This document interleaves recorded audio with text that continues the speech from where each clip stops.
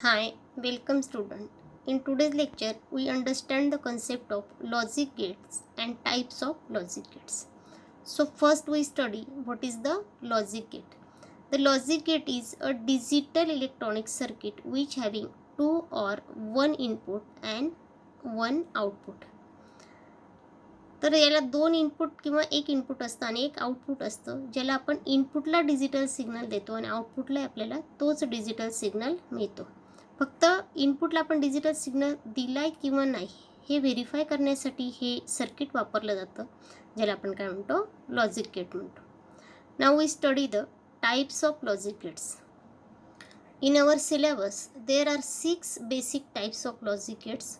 First one is the OR gate, second is the AND gate, third one is NOT gate, fourth is the NOR gate. आता आपण N आणि OR दोन वेगवेगळे लिहिले because NOR gate is the combination of OR and NOT gate. Okay. Now our fifth gate, NAND gate, which is the combination of and NOT gate. And our last gate is XOR gate, which is also known as exclusive OR gate. Okay. Now we study the symbol of all logic gates. Here we study the symbol of OR gate, which having a two inputs and single output. Similarly, AND gate also the two inputs and single output. Both OR and AND gate has two or many inputs but a single output. Now we see the symbol of third gate, that is NOT gate. It is the only gate which having single input and single output.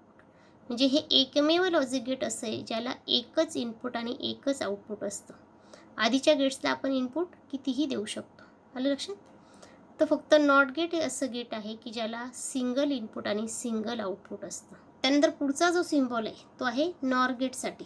आता मी मगाशी म्हटली NOR gate is the combination of OR AND NOT gate. So we draw OR gate and small circle at the end of OR gate which denote that it is a NOT gate. So OR gate is the combination of OR and NOT gate. Okay, which also having a two inputs and single output. Similarly, NAND gate is the combination of and NOT gate. That is, if we draw AND gate and a small circle at the end of AND gate, it is denoted that it is the NOT gate. That is, NAND gate is the combination of and NOT gate. And finally XOR gate. आता आपण एक OR gate काढलं आणि त्याला पुढे एक curve connect केला तर त्या ठिकाणी काय होतं आहे, XOR गेट होते, ज्याला आपण एक्सक्लुझिव्ह OR गेट असंही म्हणतो. आता आपण काय करणार आहोत, हे सगळ्या गेट्सची ट्रूथ टेबल आणि त्याचे आउटपुट किंवा इनपुट कसे असतात ते त्या ठिकाणी स्टडी करणार आहोत. Now here we study first the OR gate which having two inputs and one output. Inputs are denoted by A and B while output is denoted by Y. In OR gate we apply, or in any two inputs gate we apply the four conditions. आता आपण चार conditions त्या ठिकाणी apply करू शकतो. आता चार conditions म्हणजे नेमक्या काय काय आहेत. In first condition, if input signal is not applied to both, that is A and B, म्हणजे ए आणि बी दोघांना जर का आपण इनपुट दिलेलं नसेल तर ती आपली फर्स्ट कंडिशन होते. त्यानंतर सेकंड कंडिशनमध्ये आपण फर्स्ट गेटला किंवा फर्स्ट इनपुटला आपण सिग्नल देतो आहे आणि बीला सिग्नल देत नाही आहोत. त्यानंतर थर्ड कंडिशनमध्ये काय करतो आहे, एला सिग्नल नाही आहे, फक्त बीला सिग्नल आहे. आणि लास्ट कंडिशनमध्ये आपण काय करतो आहे, दोघांना सिग्नल अप्लाइड करतो आहे. तर हे जे चार कंडिशन आहेत, आपण सिग्नल देतो आहे किंवा सिग्नल देत नाही आहोत. जर का सिग्नल देत असू तर आपण 1 लिहिणार आहोत आणि जर का आपण सिग्नल देत नाही तर आपण त्या ठिकाणी काय लिहिणार आहोत, 0 लिहिणार आहोत. That is no signal or 0 and high signal or 1.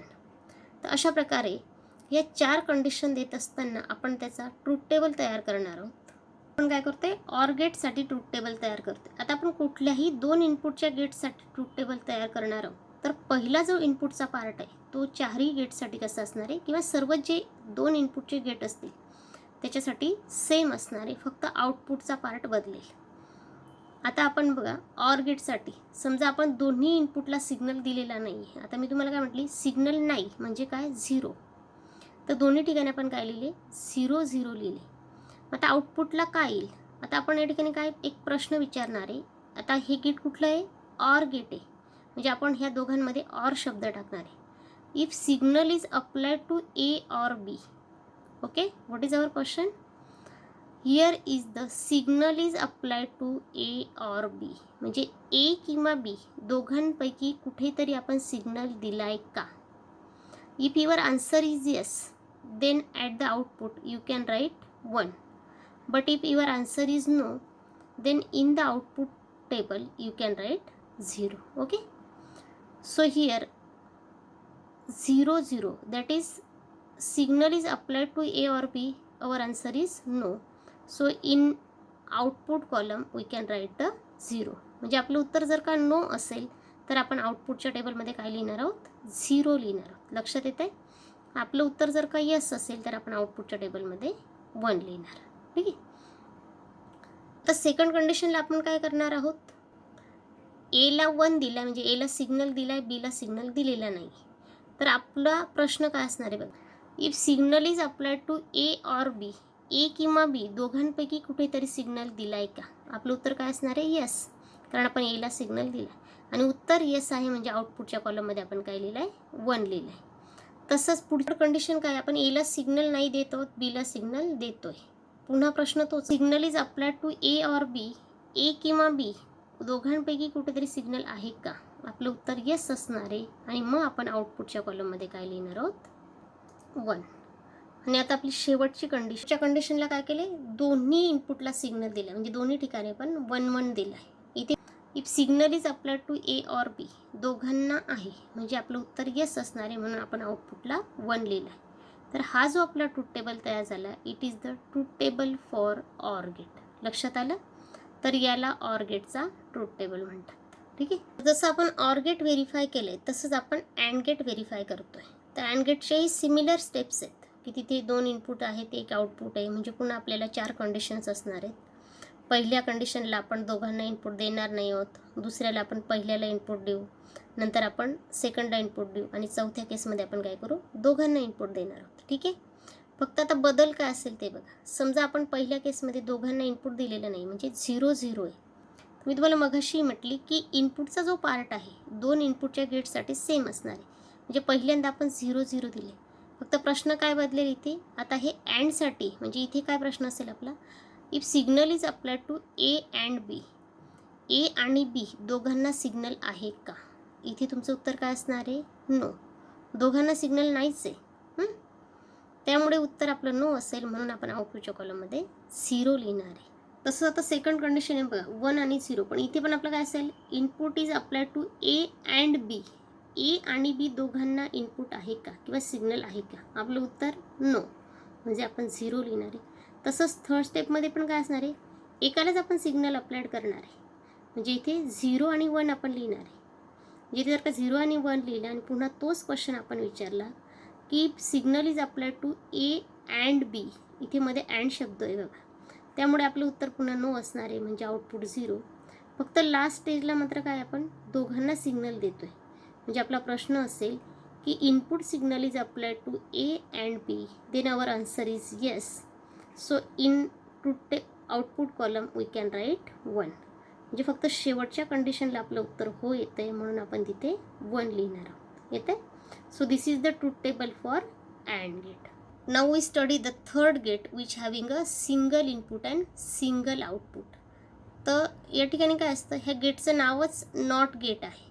म्हणजे काय की इनपुटच्या किंवा त्याला आपण इन्व्हर्टर असंही म्हणतो. म्हणजे तो काय करतो, इनपुटला सिग्नल आहे का, मग तो आउटपुटला लगेच नॉट म्हणतो, किंवा सिग्नल नाही म्हणजे आपण 0 आउटपुट मिळतं.